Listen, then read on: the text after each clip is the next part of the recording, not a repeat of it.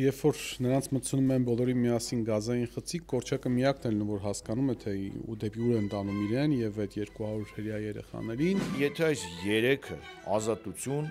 իմացություն ու խիզախություն միահյուսվում է մի կերպարի մեջ, չեմ կարծում, որ Ալեքսանդր Մակեդոնացին Դիոգենեսին դիմել է, ասենք, ձյաձ Դիոգենես։ Ու սա Վարդանանքի ու Վասակյանների մշտական բանն է, գիտես,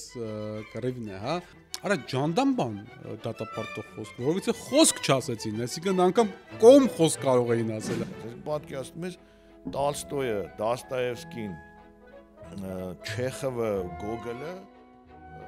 Հեմինգուեյը, չեմ Շեքսպիրը, բոլորը լինեն նույն ինչ-որ կառույցի մեջ, հա, պայմանականած, ու բոլորը նույն կարծիքն ունեն։ Բայց այդ ինչը վախկոտ, փապկասուն, բան ինչ-որ կերպար է, որ մենք բոլորս ոչ պիտի հող, մենք դեռ պիտի ազատագրենք մեր տարածքները, այսպիսի դեգեներատ ելույթներով հանդես են գալիս, ում կասես նադեժդ դո ես ասես դրա ու ես իմ ինչն ու մեր ասում անենց խփեց պատուանը Դիոգենեսի չափով չկա էլ մտավորական չի սա։ Այդ հունարել չունի, մի հատ էշ բռնի, տանի մոյկայում վրան կարճեր պայի։ Այդ հավաքար կարող ասի, դու լավ չգիտես է Թուրքիան։ Ես գիտեմ։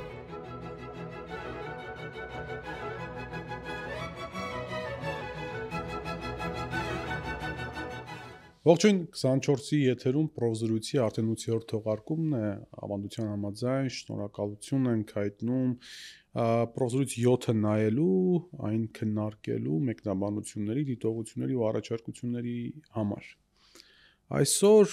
ես եւ պրոֆեսոր Ռուբեն Մելքոյանը 24-ի տաղավարում զրուցելու ենք մեկ այլ թեմայից։ Որպես թեմային նախաբան ուզում եմ հիշել 1942 թվականը։ 1942 թվական Վարշավա, գրաված օկուպացված Վարշավա, որտեղ նացիստական զորքերը եւ այնտեղի հայտնի նացիստական համակարգի հայտնի SS-ական կառույցը, որը հայտնի էր իր դաժանությամբ եւ մարդկության դեմ գործած ոճիրներով, այդ SS-ական կոչալ խմբավորման, հա, կամ միավորման մի ջոկատ դեպի գազային խցիկներ տանում 200 երեխաների։ 200 երեխաների, որոնք որբերի տուն կոչվող որբանոցի երեխաներն էին եւ նրանց հետ էր նրանց ուսուցիչը Յանուշ Կորչակը։ Յանուշ Կորչակը, եթե տեղյակ չեք, սիրելի հեռուստադիտողներ, համարվում է լեհական գրականության եւ ընդհանրապես մարդասիրության ամենամեծ դրսևորողներից մեկը կամ դրսևորումներից մեկը։ Նա մարդը, որ գրել է գոնե ինձ համար շատ սիրելի Մաթյուշ առաջին թագավոր ստեղծագործությունը, որը ես ընթերցել եմ եւ մանուկ հասակում եւ արդեն ավելի հասուն տարիքում ու երկու անգամ տարբեր այսպես հաճույք եմ ստացել Մաթյուշ թագավորից։ Մի խոսքով, շատ չծանրացնելու համար թեման, SS-ական սպաները Կորչակին ասում են, երբ որ նրանք ուղեկցում են դեպի վագոններ, դեպի գնացքներ, որտեղ այդ երեխաներին պետք է տանեին արդեն սպանելու, Կորչակին ասում են, որ դուք կարող եք գնալ, դուք ազատ եք այլևս։ Ու Կորչակը պատասխանում է, ասում են, որտեղ ես, այնտեղ էլ իմ երեխաները, ու հետագայում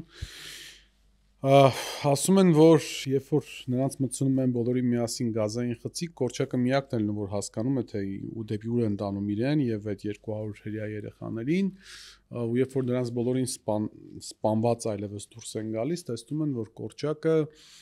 շրջապատված այդ երեխաներով իրենց փաստորեն հեքիաթ պատմելուց է եղել։ Սա իմ կարծիքով մարդկության պատմության ամենացնցող, ամենաանձնազոհ դեպքերից մեկն է, երբ որ ուսուցիչը, վարժապետը, դաստիարակը ձևավորելով կամ ցուցաբերելով մարդկության առաքինության ամենաբարձր դրսևորումները, բարոյականության ամենաբարձր դրսևորումները գնում է գիտակցված անձնազոհության, որպեսզի իր երեխաները, 200 այդ երեխաները, իր սաները չվախենան մահվան գնացող ճանապարհից։ Եվ այսպիսի մարդկանց, եթե մի բառով ասենք, կոչում ենք բառի բուն իմաստով մտավորականներ։ Այսօր ես եւ Ռուբեն Մելքոյանը խոսելու ենք հենց մտավորականներից։ Ովքեր են մտավորականները։ Ռուբեն։ Այո, ես էլ մինչև այդ բուն թեմային անցնել, ես էլ նախ ուզում եմ շնորհակալություն հայտնել դիտողությունների համար, դիտարկումների, նախորդ հաղորդումները նայողների գնահատականների համար շատ պարտավորեցնող են, նաև ասեմ, որ եթերային ժամանակը ամեն ինչ չի թույլ տալիս, որ խոսենք, երբեմն հնչում են դիտողություններ, որ ինչու այս թեման, այն թեման եւ այլն։ Վերջին անգամ մեկը գրել էր ինչու Իրանից չեք խոսում եւ ճիշտ դիտարկում եք։ Ժամանակը երբեմն սեղմում է եւ ինչքան էլ որ մենք երկար ենք խոսում, այնուամենայնիվ լինում են բաներ, որ չենք հասցնում, մենք էլ ենք հետո վերարժևորում, ասում ենք այս խնդիրը չխոսեցինք եւ այլն, այնպես որ նաեւ շնորհակալություն այդ ուշադիր դիտարկումների համար։ Եվ նարեկ ես առաջարկում եմ խոսենք ինչը մտավորականն է եւ խոսենք մտավորականը դժվար իրավիճակներում եւ մտավորականը հայոց մեջ, այսպիսի բաժանումներով հայոց մեջ անցյալում հիմա հատկապես հիմա եւ նայ որ փորձենք հասկանալ ինչն է հնացած այս ամեն ինչում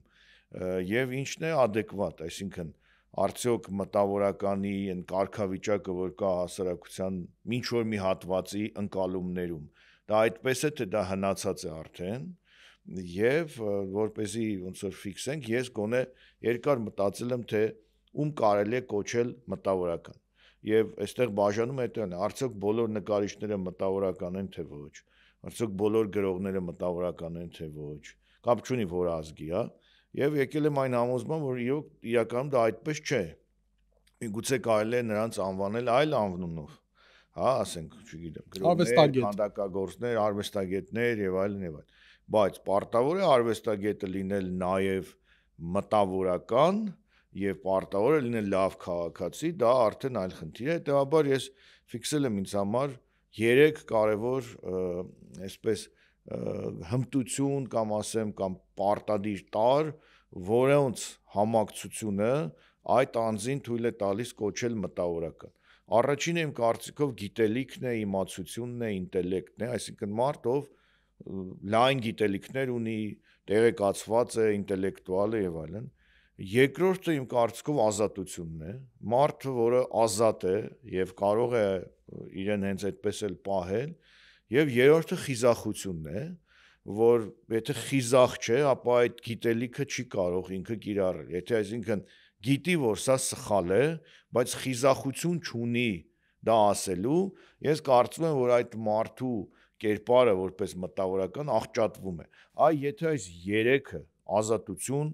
իմացություն ու խիզախություն միահյուսվում է մի կերպարի մեջ, այդ կերպարը ունի իրավունք կոչվելու մտավորական։ Եվ եթե այսպես նայում ենք մարդկության պատմության մեջ, կարող ենք տարբեր հայտնի հերոսների, հայտնի մարդկանց այս հարցադրումը դնել, արդյոք մտավորական էր դիցուկ Պուշկինը եւ փորձել գտնել պատասխանը։ Կերպար, որը այս իմաստով անխոցելի է, իմ կարծիքով Դիոգենեսն է։ Գնանք եթե մի քիչ ավելի հին շրջան մարդկության պատմության, Դիոգենեսը, որը Ալեքսանդր Մակեդոնացու ժամանակակիցն է, մի անգամ իդեպ Սաթիկ Սեյրանյանի մոտ հյուր էի, ասացի Ալեքսանդր Մակեդոնացու ուսուցիչը, ինչ որ տակը կոմենտներ գրեցին, որ ուսուցիչը Արիստոտելն էր, այլ ոչ, Դիոգենեսը, բայց ես այլ կտրվածքով եմ ասում, արևելքում գիտակ մարդկանց դիմում են ուսուցիչ։ Մալիմ, այո, հոջա։ Ես չեմ կարծում, որ Ալեքսանդր Մակեդոնացին, որը գնացել էր Դիոգենեսի մոտ ինչ-որ բան սովորելու, այսինքն գնում են ուսուցչի մոտ ինչ-որ բան, չեմ կարծում, որ Ալեքսանդր Մակեդոնացին Դիոգենեսին դիմել է, ասենք, ձյաձ Դիոգենես կամ Կիրիե, հունարեն հնչում է Կիրիե Դիոգենես։ Կամ ինչ-որ sense մի բան, անպայման դիմել էր ուսուցիչ, վարպետ կամ եւ այս տիպի ինչ-որ բան, հետո այդ ձեով ասում է ուսուցիչ։ Այնուամենայնիվ, լավ, Դիոգենեսը Ալեքսանդր Մակեդոնացու ժամանակակիցն է եւ մեզ հասած ամենահրաշալի պատմությունն է մտավորականի մասին, երբ աշխարհը այն ժամանակվա աշխարհը նվաճած Մակեդոնացին գալիս է Դիոգենեսի մոտ, որը մինչ այդ էլ արդեն մտել էր այդ մտավորականի կերպարի մեջ, որ հրաժարվել էր շատ աշխարհիկ բարքերից, գիտակ էր, ազատ էր եւ այնքան ազատ էր, որ ապրում էր տակառի մեջ, այսինքն չէր էլ ուզում այդ իր ազատությունը մտցնել ինչ որ այն ժամանակվա ստանդարտների մեջ, տների, բնակարանների եւ այլն, ապրում էր տակառի մեջ եւ վայելում էր կյանքը ազատորեն։ Երբ որ նրա մոտ գալիս է Ալեքսանդր Մակեդոնացին, Դիոգենեսը պարկած է լինում, Եվ Ալեքսանդր Մակեդոնացին կանգնում է նրա առջև, ասում է. «Ինչ ես ուզում Դիոգենես, ես Ալեքսանդրս եկել եմ քեզ մոտ, ինչ ես ուզում, ասա անեմ»։ Դիոգենեսը պատասխանում է. «Այն կողմ անցիր, արևի, ուրեմն լույսը փակում ես, արևի ջերմությունը փակում ես»։ Այսինքն, հիմա նայում ենք Դիոգենեսին եւ Ալեքսանդր Մակեդոնացուն։ Գալիս է Ալեքսանդր Մակեդոնացին, Աշխարհակալ Ալեքսանդրը։ Այո, աշխարհակալ Ալեքսանդրը գալիս է, Դիոգենեսը ոտքի չի կանգնում։ Հիմա գանք մի հատ արագ մեր օրեր, էլի, ասենք մի հատ տեսնենք։ Հանրային խորհրդի նիստ է Հայաստանում, որտեղ կան մտավորականներ, չէ, անդամների մեջ։ Կոչումով այդպես գոնե։ Այո, բաներ, նա արվեստագետներ, գիտնականներ, ինչ որ հայտնի կերպարներ։ Մտնում է ներկայիս վարչապետը, բոլորը ոտքի են կանգնում։ Այսինքն Դիոգենեսը ոտքի չի կանգնում Ալեքսանդր Մակեդոնացու առաջ, բայց շատ մարդիկ այսօր ոտքի են կանգնում այսօրվա վարչապետի առաջ, եւ դրանից հետո լսել այդ մարդկանց իբրև թե անաչառ խոսքը, դա ուղղակի հնարավոր չէ։ Ես չեմ ասում վիրավորել, արհամարել, անարգել, այդ չեմ ասում։ Եվ ոչ էլ հիմա որևէ մեկը ինձ կարող է համոզել, որ պետական արարողակարգի, երբ որ այս իշխանությունը նոր էր եկել իշխանության, այդ ոտքի կանգնել եւ այլն այդ բաները չկար, իրենք շատ ժողովրդավոր էին, նույնիսկ կարծեմ կառավարության նիստի ժամանակ ասում են ոտքի մի կանգնեք, բան եւ այլն։ Հետո հանկարծ մեքենայի համարները 001 պետք է լինի, բացառիկությունը, նկարները պետք է բոլոր տեղերը կապվեն, նկարները եւ այլն։ Ու էլի հիշում ենք Ջորջ Օրվելի Անասնաֆերման եւ ընկեր Նապոլեոնի, այսպես ասած, արկածներ, հա։ Հիմա Դիոգենեսը ֆիքսում է իմ կարծիքով մտավորականի կերպարը, որը մինչև հիմա անգերազանցելի է։ Այսինքն նա խելացի է, նա գիտակ է, նա ազատ է ու նա խիզախ է։ Հետևաբար հիմա էլի մենք ամեն հաղորդմանը Միքայել Սրբազանին ենք անդրադառնում։ Հիմա Միքայել Սրբազանը ազատ է, խիզախ է եւ ինտելեկտուալ է։ Հիմա կարող եմ ասել Միքայել Սրբազանը մերօրյա Դիոգենեսն է, այո։ Որովհետեւ Միքայել Սրբազանը դատարանի դահլիճում ասում է. «Ես բոլորիցս ազատ եմ եւ որևէ կերպ ինձ չեք կարող ինչ-որ ձևով կաշկանդել»։ Հիմա օրինակ, այս կոնտեքստում Դիոգենեսի չափորոշիչը, չափանիշը այն ինչ որ նա դրել է, դրանից հաջորդող դարերում եկել են մարդիկ, որոնք կամ մոտեցել են այդ սանդղակին, կամ նույնիսկ չեն էլ մոտեցել։ Եվ այս կտրվածքով փորձենք դիտարկել ընդհանրապես պատմության մեջ եւ նաեւ հայոց մեջ այս մտավորականի Դիոգենեսյան տիպը, ոճը եւ հաջորդ հարցադրումը,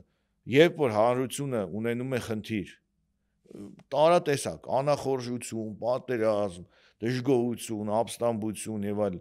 ինչու է մտածում որ դիմի մտավորականին, որովհետեւ նրա մոտ ռեֆլեքսորեն աշխատում է, որ այն մարդուն, ում որ ինքը ուզում է դիմել, այդ մարդը գիտակ է, ու այդ մարդը ազատ է, ու այդ մարդը ազնիվ է իր ազատության մեջ, ու այդ մարդը խիզախ է ու կասի այն ինչ որ ճիշտն է։ Այդ ճիշտ ասողի հարցն է։ Իհարկե ամեն հարգանքով Դիոգենեսի նկատմամբ, բայց ես կրկին երևի թե համառեմ եւ ասեմ, որ ինձ համար այդ ազատության, խիզախության այդ երեք բանաձև է, որ դու առաջարկեցիր, հրաշալի բանաձև է, ազատություն, խիզախություն եւ իմացություն, հա։ Այս երեքի մեջ տեղավորվում է նույն այդ ինչի մասին որ խոսեցինք Յանուշ Կորչակը, որ անձնազոհության, այսինքն մարդը եւ ազատ էր, գերմանացիները իրեն չէին կալանավորել, հոգեվոր առումով անշուշտ ազատ էր, բայց նաեւ ֆիզիկական առումով էր ազատ եւ խիզախ էր, որովհետեւ ընտրեց մահը, այլ ոչ թե ապրելը, այն ժամանակ, երբ որ միլիոնները ընտրում էին ապրելը, այլ ոչ թե մահը, եւ բնականաբար բան իմացել, որովհետեւ այդ ժամանակների լավագույն գրողներից մեկն էր, մանկագիրներից մեկն էր։ Այսինքն այս առումով իսկապես պատմության մեջ, համաշխարհային պատմության մեջ կան բազմաթիվ կերպարներ, որոնք քո ասած այդ սանդղակին կամ հասել են, կամ կամ հավասարվել են, կամ չեն էլ փորձել հասնել, բայց մենք իհարկե առաքինիներից պետք է փորձենք այսպես բան վերցնել, հա։ Իրենց ուղղակի քո ասած կերպարը գրողը, դա նրան կարող են ավելացնել աստվածային, աստվածահաճո հայլի, այսինքն Դիոգենեսին ես չեմ կարող դա վերագրել։ Այսինքն ինքը անում է համամարտկային Աստվածաչու ինքը ըստեյության մարտիրոս է։ Այո, իհարկե, գնաց նահատակության իր աշակերտներին մենակ չթողնել։ Այո, ինքը գնաց նահատակության։ Ու հիմա ես ուզում եմ այդ սարսափելի իրականությունից գալ նաև, բայց մի հատ էլ կներես։ Ես ներողություն եմ խնդրում, հա, համեցի։ Բանը հայոց մեջ էլ ցեղասպանության ժամանակ հենց այդ էի ուզում ասել, դրան էի վարժապետներ մենք ունեցել ենք, որոնք չեն թողել իրենց աշակերտներին։ Հենց այդ էի ուզում ասել, իդեպ նաև հոգևորական։ Իդեպ ընդամենը մի քանի օր առաջ Վատիկանում սրբադասվեց Իգնատիոսը, որ հայ կաթողիկե եկեղեցու սպասավոր էր, ու նա էլ փաստորեն գիտակցաբար ընտրեց մահը, այլ ունենալով հնարավորություն այսպես թեկուս այդ պահին ձևի համար մուսուլմանություն ընդունելու եւ ազատելու իր կյանքը, հա։ Ու սա Վարդանանքի ու Վասակյանների մշտական բանն է, գիտես, կռիվն է, հա։ Այդ փիլիսոփայական կռիվը, որը երևի թե սկսվել է 451 թվականի ավարի ճակատամարտից կամ դրանից առաջ ավելի շուտ, եւ շարունակվում է մինչեւ հիմա։ Հարմարվել, լռել, պահի տակ փորձել բանանել, այսպես գտնել բանաձև եւ հետագայում ինչ-որ բան անել կամ դրա ակնկալիք ունենալ, թե մերժել չարը, մերժել անընդունելի, մերժել եղծելին, մերժել պիղծը, որը որ առաջարկվում է։ Ու գալով այո, հայոց ցեղասպանության տարիներին մենք իսկապես ունեցել ենք մտավորականներ, որոնք որ կարող էին հանգիստ, օրինակ, հա, Ռուբեն Սևակը։ Ամենաառաջին օրինակը դա եմ ասում։ Ռուբեն Սևակը, որի կինը, եթե չեմ սխալվում, բան էր, Շվեյցարիայի քաղաքացի էր, եւ ինքը Շվեյցարիայի հպատակություն կամ ուներ կամ կարող էր հանգիստ վերցնել, վստահաբար կարող էր օրինակ ապաստանել, ասենք, Շվեյցարիայի դեսպանությունում կամ հպատոսությունում, Պոլսում եւ ազատվել։ Ռուբեն Սևակը այդ քայլին չգնաց։ Կարծում եմ այդ մեր մեծերից Կոմիտասը դա այդ հնարավորությունը ուներ, չգիտեմ, Վարուժանը այդ հնարավորությունը ուներ։ Գրիգոր Զորաբի պարագայում մի քիչ հարցահայել է, որովհետև ինքը հավատաց, որ Թալյաթը իր ընկեր, իր նարդիի ընկեր Թալյաթը չի գնա այն գործողություններին, ինչի որ գնաց, բայց դա գնաց։ Այնուամենայնիվ, խոսելով այս մտավորականության կերպարի մասին, գիտես, հատկապես ինձ համար շատ կարևոր էր այս թեման, այս վերջին օրերի տրամաբանության մեջ։ Վերջին օրերի տրամաբանության մեջ այլևս պարզ է, որ վիճակը նետված է, պարզ է, որ այլևս այդ բաժանությունը անխուսափելի է, խոսքս հայրաքելական եկեղեցու ներսում բաժանություն տիրելու մասին է, եւ անգամ այս ամեն ինչին չեն կանգնեցնում, գիտես, այն որ եթե անգամ ասպա բանը կործանվող ինքնաթիռի մեջ աթեիստներ չկան, չէ, եթե անգամ ամենա ծայրահեղ աթեիստն է մարդ լինում, այնուամենի մտքի մեջ ինչ-որ մի բան գալիս է, այ կարող է սա չանեն վերջի վերջո, բա որ հանկարծ էլի, ու երբ որ կարդում ես, ասենք, առաքելական հայրերի, եկեղեցական հայրերի գրառումները այն մասին, թե ինչ է բերում եկեղեցու բանը, եկեղեցու ներսում պառակտում, ինչպիսի սարսափելի վախճաններ ունենում, մի տեսակ ինքդ ես վախենում այն մարդկանց համար, որոնք որ գնում են այդ քայլին, հա, ու ուզում եմ ֆիքսել, որ տես մտավորականության մասին ենք խոսում, էլի։ Պարզից էլ պարզ է, որ հայ առաքելական եկեղեցին իր 1700 տարվա պատմության մեջ Հայաստանի հողի վրա կամ առաջին անգամ, ես վստահ չեմ, որ առաջին անգամ կամ եզակի դեպք է, որ իշխանության կողմից տարվում է նպատակամղված պառակտման, այսինքն հայկական իշխանությունը նպատակամղված պառակտում է հայ առաքելական եկեղեցին։ Եվ ամբողջ ցավը ինչն է, որ մենք սովետական մնացուկներ ունենք, այսպես էլի, թույլ տուր այդ բառը օգտագործել, ստեղծագործական միություններ, որոնք որ պետք է համքարությունների, բան եւ այլն եւ այլն։ Եվ հայ առաքելական եկեղեցու պառակտումը փաստորեն դատապարտեց միայն ժուրնալիստների միությունը, Սաթիկի Սեյանյան, այսպես նաեւ նախաձեռնությամբ, հա, ում անունը քիչ առաջ տվեցիր, մեր լավ ընկեր, եւ վերջ։ Օրինակ գրողների միությունը վերջին շրջանում գրողների միության շենքի հետ կապված բացառիկ պայքար է մղում, որտեղ գրողների միության շենքը չի կարելի, չգիտեմ, պետականացնել, չի կարելի վերցնել եւ այլն, չի կարելի, իսկապես չի կարելի, հա, այդպես մի բան։ Բայց նույն գրողների միությունը, նույն նկարիչների միությունը, նույն ճարտարապետների միությունը, նույն, չգիտեմ, էլ ինչ միություն կա սովետական Հայաստանից կամ սովետական իրականությունից մնացած, իրենք հավաքական առումով ոչ մի դատապարտող խոսք չասեցին հայ առաքելական եկեղեցու շուրջ տիրող Արա ջանդամ բան դատապարտող խոսք, որովհետեւ խոսք չասեցին, այսինքն անգամ կողմ խոսք կարող էին ասել, հասկանում ես, անգամ կարող էին ասել, այո, մենք ընդունում ենք, որ վա վարչապետը շատ ճիշտ է ասում եւ հայ առաքելական եկեղեցին պետք է բաժանվի երկու մասի, պետք է սա էլ կարող էին ասել, սա էլ տեսակետ է, հասկանում ես, դա էլ չասեցին։ Ոստեղ կոմա հարց է առաջանում։ Արեք, հիմա նայ դու խոսեցիր մի քիչ շատ բաներին, թեմաների անդրադարձար, հիմա եթե փորձեմ ես կանոնակարգիր, ես մի քիչ էմոցիոնալ խոսեցի։ Նայ, դու ասում ես սովետական մնացուկների մասին։ Ու խոսում ես, պահանջում ես սովետական, իսկ ինչի պետք է գրողների միություն, նկարիչների միությունը եւ այլ սովետի ժամանակ ստեղծված ստեղծագործական կոլխոզները արձագանք են։ Այս երբ որ դու սպասում ես իրենց արձագանքին, դա էլ է հնի մնացուկ, այսինքն ֆիքսվել է սովետական շրջան, որ կան կոլխոզներ, կան բանվոր դասակարգ, կա մտավորական դասակարգ եւ կան միություններ, այսինքն գրողներ, որոնք ասում են, այ ով մտնում է այս միության մեջ, նա մտավորական է եւ նա պիտի խոսի։ Սա աբսուրդ է, որովհետեւ պատկերացնում ես ստեղծագործող մարդիկ ազատ մարդիկ են։ Այսինքն ոնց է հնարավոր մի միության մեջ մտցնել ու բոլորին դարձնել համակարծիք ստեղծագործող մարդկանց։ Այսինքն պատկերացնում ես Տոլստոյը, Դոստոևսկին, Չեխովը, Գոգոլը, Հեմինգուեյը, Շեքսպիրը բոլորը լինեն նույն ինչ որ կառույցի մեջ, պայմանականած, ու բոլորը նույն կարծիքն ունենան։ Ախր Տոլստոյն ու Դոստոևսկին նույնիսկ սովորական շփում համարյա կարծեմ չեն էլ ունեցել իրար հետ, ուր մնաց նույն կարծիքն ունենան, իրար հետ ապրելով նույն ժամանակաշրջանում ապրելով, նույնիսկ կարծեմ մենք օրինակ ունեցել ենք այդ մոդելը, Որ մոդելը։ Վերնատունը։ Չէ, վերնատունն ուրիշ է, բայց վերնատունը գաղափարական, այսինքն պետությունը քեզ չի բոլորին։ Չէ, բայց միավորվել են կոլխոզի պես, եթե դու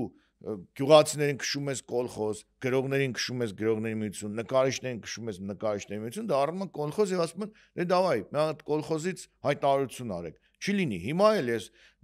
չեմ կարծում, որ կան մարդիկ գրողների միության մեջ, այնտեղ տաններ չեմ ուզում տալ, որոնք տարբեր կարող են արտահայտվել, տարբեր կարծիքներ ունենալ, բայց հիմա ակնկալել 21-րդ դարում գրողների միության, նկարիչների միության կարծիք, այս եւ ասենք սա մտավորականների կարծիքն է, դա գիտես ինչ, սովետական ժամանակ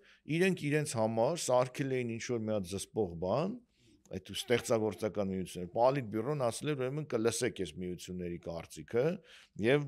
երբեմն ուշադրություն կդարձնեք Եվ դրա համար գրողների միությունը դարձել էր այդ տիպի միությունները, դրանք դարձել էին ստեյության բյուրոկրատական համակարգի մի մաս։ Այսինքն ինչ որ ընդունելություններ լինում, անպայման այդ ներկայացիչը պետք է լիներ, բաներով, կաբինետները եթե այդպես դատախազը, ասենք, չգիտեմ, ովանա Ռայկոմի քարտուղարը պարտվում է, մեկ էլ ասենք, գրողների միությունից ինչ որ մեկը։ Հա, հասկանում ես, այսինքն հետեւաբար ազդեցիկություն ինքը չի կարող հիմա ունենալ։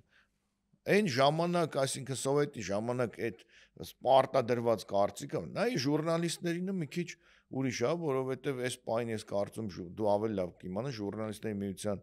ակտիվ անդամները նրանք են, ովքեր այս իրավիճակին իմոտո գիտեն ամենօրյա եւ չեն կարող համաձայն լինել եւ այսպես շարունակ։ Հիմա մյուս հանգամանքն այ հոգեվորականների հետ կապված հոգեվորական ամեն հոգեվորական մտավորականը թե ոչ իհարկե ոչ ես կարծում եմ որ ինչպես մտավորականների այս արվեստագետների մեջ պես էլ հոգեվորականների մեջ գերես ինչն է գերիշխում որը նաև իրավիճակն է իրենց սարքել փապկասուն իրենց սարքել կենցաղասեր այսինքն մարդը սովետի ժողովրդի անդամներ իրեն տալիս էին ծրի հանգստյան տուն ծրի բնակարան ծրի կահույք ծրի, չգիտեմ, այս, հա եւ ինքը դառնում է ձեռնասուն, հասկանում ես, ինքը կորցնում է, ասում են, մի հատ հել հայտարարի, ինքեր կեցեն, ինքեր Ստալինը, հետո չէ, հել հայտարարի, վարաշիլը։ Հետո հայտարարի չէ Ստալինը լավ չէր եւ այլ։ Գրողների միության բաները որ կարծես, իրար ինչ ասես, Չարենցին ինչ ասեցին, հետո 20 տարի հետո Չարենցին սկսեցին գովել եւ այսպես շարունակ, որ հիմա կարդաս այդ ժամանակվա հուշերը եւ հույզերը այդ ժամանակվա ուղղակի զարհուրելի բաներ են։ Որպես կանոն միջակություններն են, չէ՞, Չարենցին։ Եվ բայց այդ միջակություններին ամբիոն էր տրված, որ ինքը մտավորական է, որտեվ իր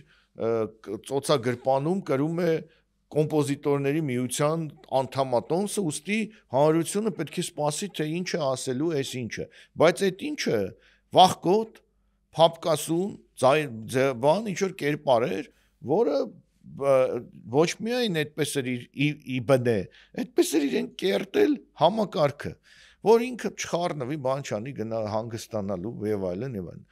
դժվարություններ չունենա։ Հիմա հոգեվորականների մեջ էլ կան այդ բազմաթիվ այդպիսի դեմքեր, որ չեն ուզում խառնվել, չեն ուզում խոսել, բայց ես կարծում եմ ինչ հիմա այդ բան։ Իրենք այդ 3 իմ ասած չափորոշին, իրենք խիզախությունը չունեն, ավելին ասեմ, իրենք վախկոտ են։ Իրենք իրենց վախկոտությունը քողարկում են տարբեր անուններով։ Հիմա ամենաշատ տարածված է, ես քաղաքականությամբ չեմ զբաղվում։ Իրականում ասում եմ, ես վախկոտ եմ, բայց չեմ ուզում ասել ես վախկոտ եմ, ասում եմ ես քաղաքականությամբ չեմ զբաղվում։ Ինձ հարցրեք նոտաներից, ասենք օրինակ, հա, ինձ հարցրեք abstractionism-ից, տես բաներից ինձ հարցրեք, ես չեմ զբաղվում։ Կամ գիտնականը ասում է, ես զբաղվում եմ 17-րդ դարի, չգիտեմ, Եվրոպայի ագրարային բարեփոխումներով։ Ինձ դրանից հարցրեք, ինձ մի հարցրեք, հիմա որ պետություն եկեղեցի խնդիր է, դա լավ է թե վատ է, ես տենց բաներով չեմ զբաղվում։ Եվ այսպես շարք։ Հետևաբար, վախկոտությունը քողարկելու համար ընտրված է այս escapism, այս խուսափողականությունը։ Բայց հիմա գամ մյուս հարցին, էլի, ես պատ ուզում եմ այս հարցը ազգալ։ Մենք ինչու է հասարակությունը կարիք զգում դիմելու կամ լսելու մտավորականին, այդ սեգմենտին եւ անընդհատ հիասթափվում, որովհետեւ չի ստանում իր համար ընդունելի բանը, կարծիքը եւ նաեւ այսպեսի մի հարց բարձրացնենք, մտավորականը կարող է ունենալ քաղաքական կողմնորոշում թե ոչ։ Իհարկե կարող է, ինչ չպիտի։ Եվ այդ դեպքում իր անկողմնակալությունը կորում է թե ոչ։ Տեսի, ես ոչ թե անկողմնակալության եւ կողմնակալության պրիզմայով եմ փորձում հարցին մոտենալ, այլ հարցին սկզբունքների հավանով եմ մոտենում։ Ասենք հիմա մարդը կարող է համոզված բոլշևիկ լինի, հա, համոզված բոլշևիկ եւ մտավորական, ինքը համոզված բոլշևիկ է իր գաղափարների մեջ։ Ու եւ բոլշևիկյան իշխանության օրոք, եւ այդ բոլշևիկյան իշխանությունից հետո շարունակի համոզված պաշտպանել իր սկզբունքները։ Սա եթե դու անգամ չընդունես, առնվազն հարգանքի է արժանի, բայց հատկապես զզվելի է եւ հատկապես պախարակելի է, երբ որ օրինակ, հա, ասենք հայկական իրականությունից վերցնենք, քիչ են կերպարները, Ռուբեն, որ օրինակ Արցախի կանգուն ժամանակահատվածում այսպես փրփուրը բերաններին ելույթ են ունենում, որ Արցախը Հայաստանն ժամանակել էին սուր։ Հա, Արցախը Հայաստանը վերջ, այո, որ մենք բոլորս ոչ պիտի հող, մենք դեռ պիտի ազատագրենք մեր տարածքները, այսպիսի դեգեներատ ելույթներով հանդես են գալիս, այն ծայրահեղ են ազգայնական, կծու ազգայնական ելույթներով են հանդես գալիս։ Դա ազգայնականություն չի, ազգայնականություն լավ բան է, դա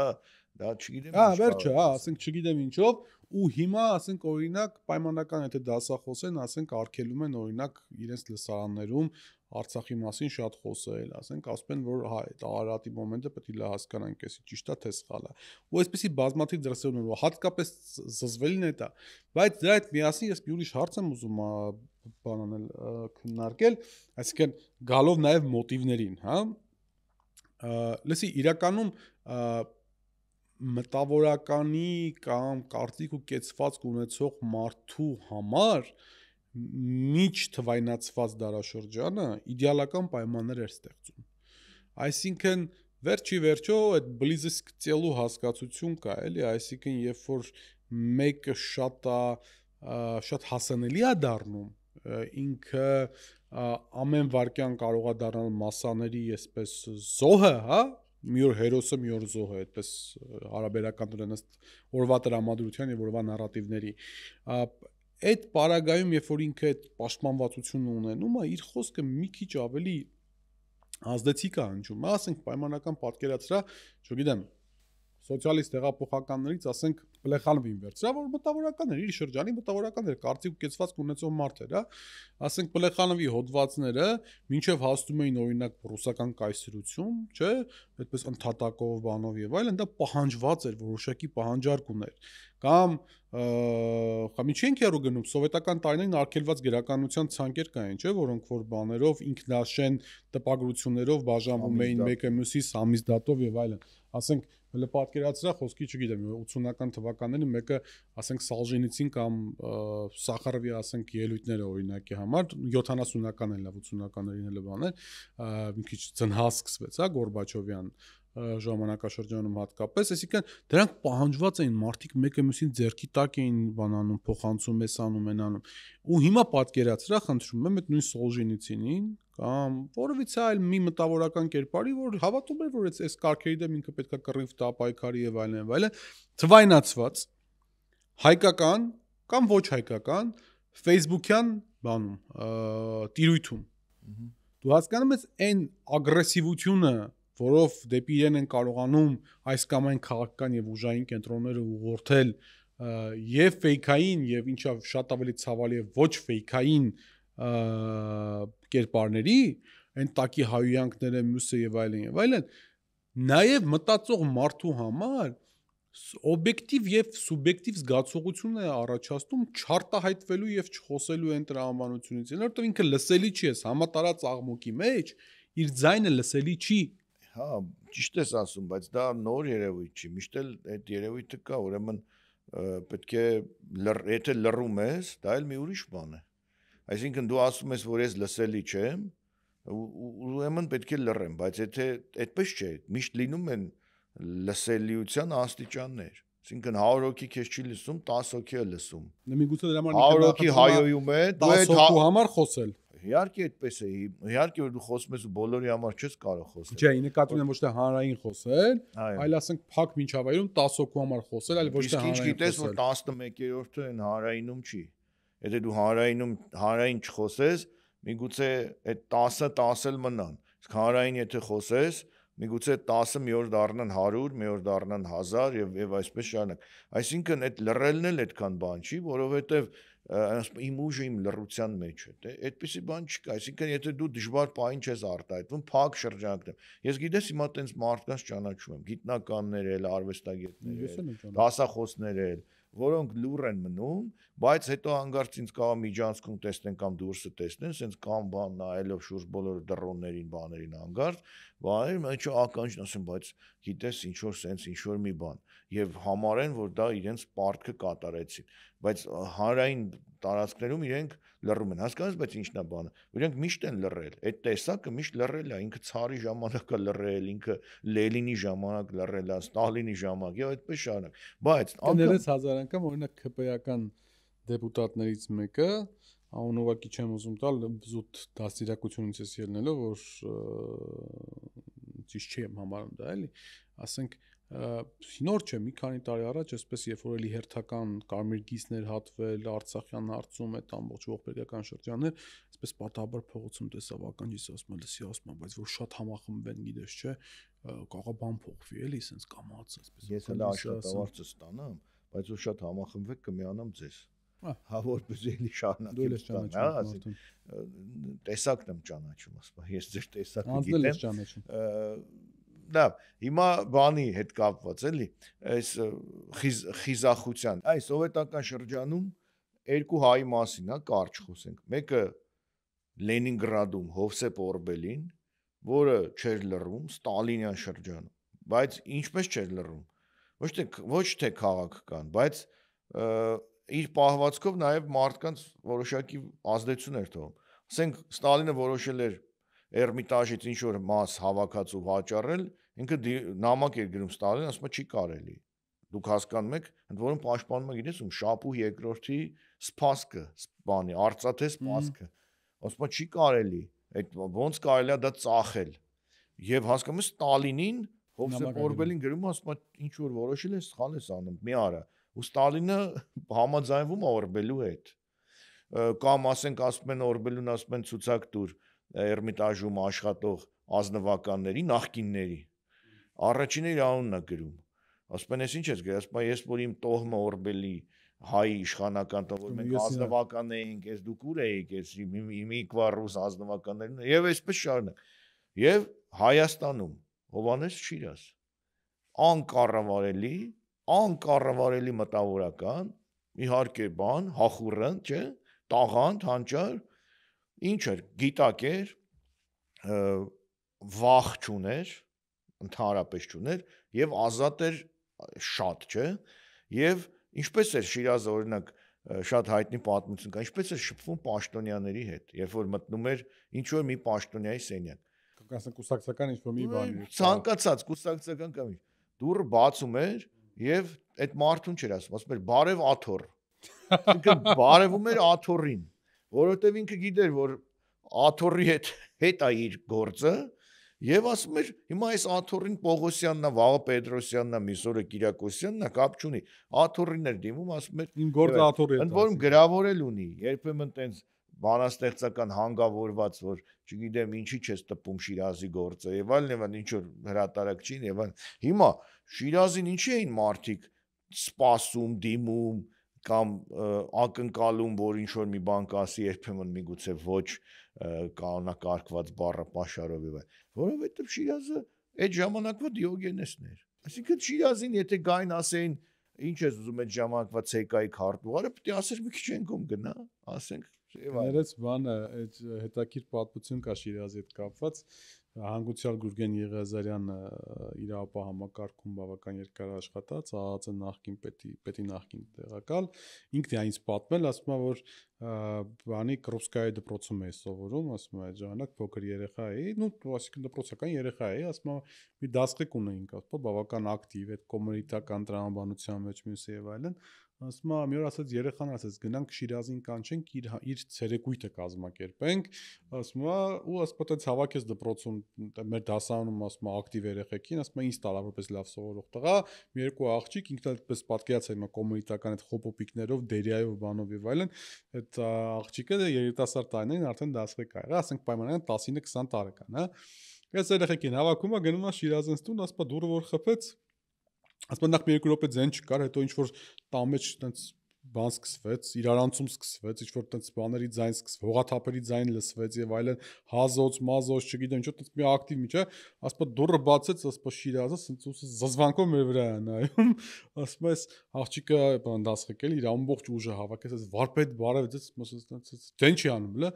մենք Նադեժդա Կոնստանտիновна Կրուպսկայա ման ասաց ում կասես Նադեժդա դո ես ասես դրա ու եսի միշտ ու մեր ասում անենց խփեց պատուանը Կրուպսկայի մանից գսա կոմունիստական տարիներին երբ որ Լենինի մասին ինչ որ բան ասելը կամ պատկերացնում եմ Շիրազին բնցնեն գրողների միության